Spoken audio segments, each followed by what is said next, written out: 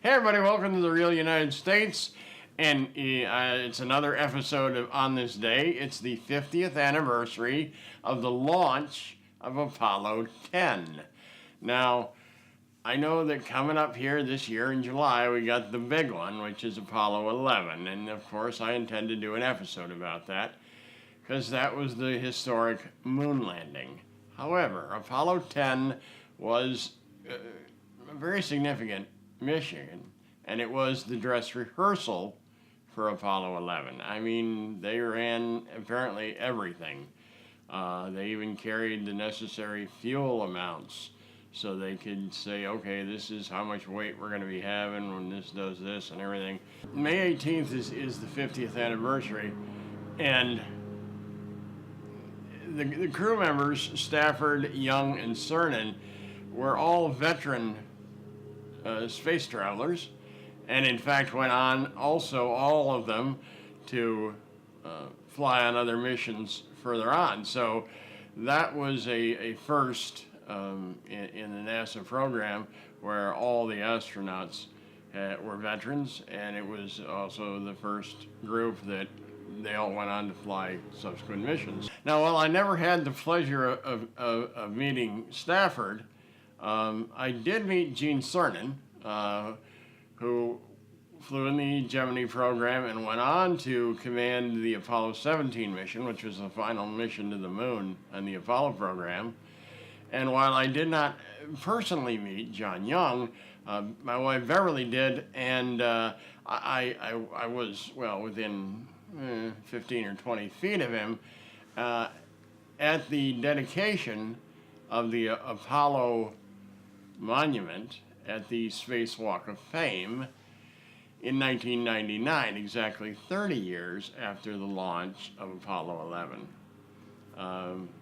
So, yeah, 20 years ago. It's kind of hard to believe, but you know, I didn't get to meet him. Gene Cernan, yeah, I met him after I had attended a lecture that he gave at the Kennedy Space Center, and I met him briefly afterwards, shook hands, said hello, those sorts of things. Both nice fellows. Young, of course, as far as I remember, is the person who has flown the most missions in space. I forget how many, but he's flown the most. He flew on 2 Gemini missions prior to Apollo 10, on Gemini 3 and Gemini 10. So, you know, he's and he flew on the very first shuttle flight. So STS-1. So that was kind of cool. Very illustrious career. One of only 28 people to have received the Congressional Space Medal of Honor. And of those 28, 17 were posthumous. So he's one of only 11 living people who received the Congressional Space Medal of Honor. He received it while he was alive. He was, of course, passed last year. But a very illustrious career. And so the Apollo 10 mission, it did all kinds of cool things. It set some records. It was the closest to that point that the Lunar Landing Module, the LEM, Lunar Excursion Module, it was short for, they came the closest to the moon's surface in their rehearsal. They came within 8.4 miles of the surface. So really, really close to the moon.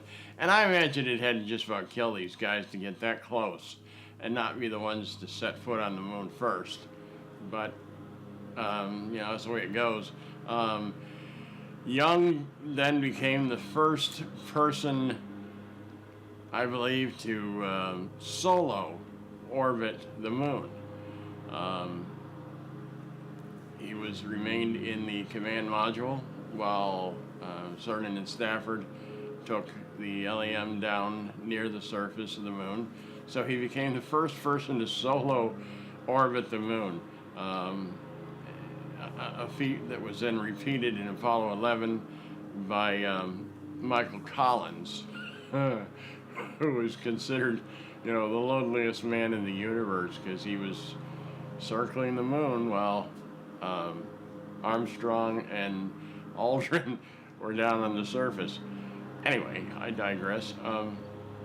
But it also it was the furthest any humans have gotten from their home.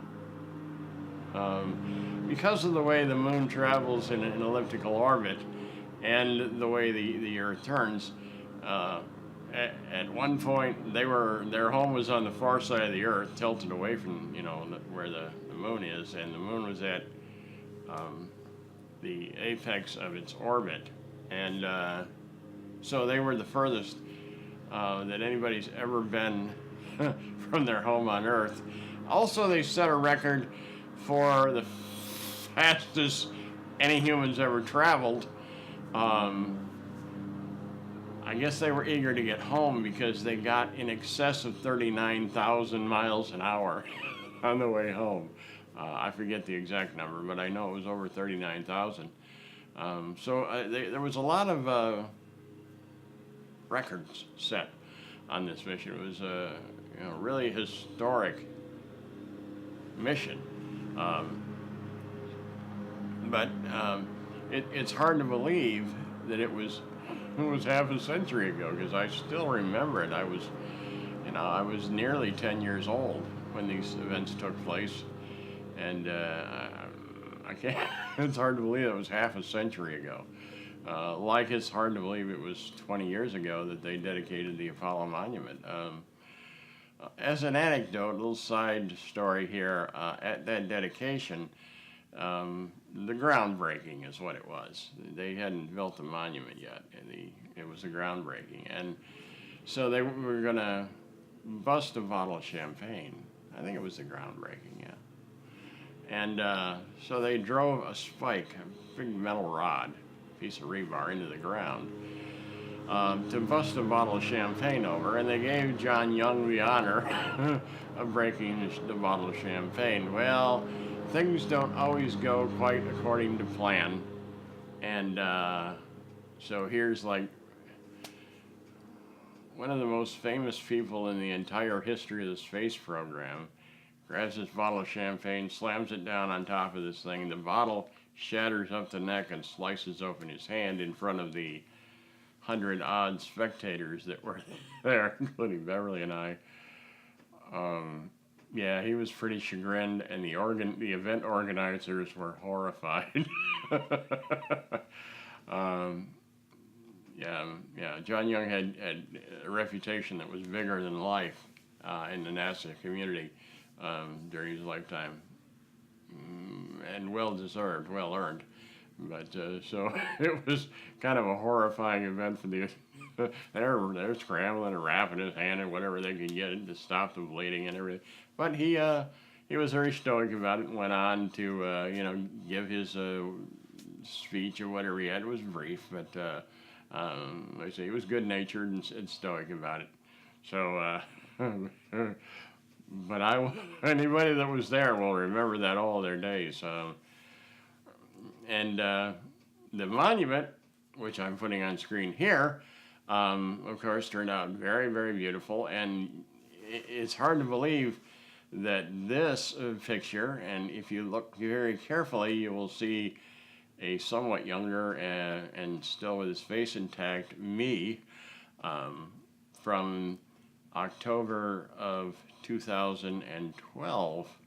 And I had to look this up, but it turns out that this was from an episode that we did. This was episode 5 of The Real United States, done just 8 days after we launched the channel.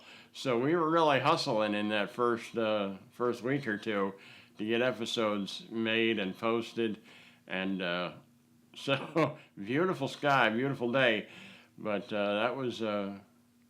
Lordy, that was 6.5 years ago right there. So we shot this October 30th of 2012, and I guess posted it on the 31st maybe. I'm not sure, but I know we shot it on the 30th. It's wow. Yeah, it doesn't seem like it's been that long. Anyway, folks, that's it. 50th anniversary of the launch of Apollo 10, and I hope you've enjoyed that little information and a little bit of a story to go along with it there. If you got questions, comments, whatever, you just want to say hi, leave it in the comment section down below. I love hearing from all of you, I really do. If you're new here, well, welcome, and I hope you've enjoyed this, and I hope you'll consider clicking subscribe and coming along for the adventure, because well, we've got lots more to show you. And as always, folks, well, thank you for watching.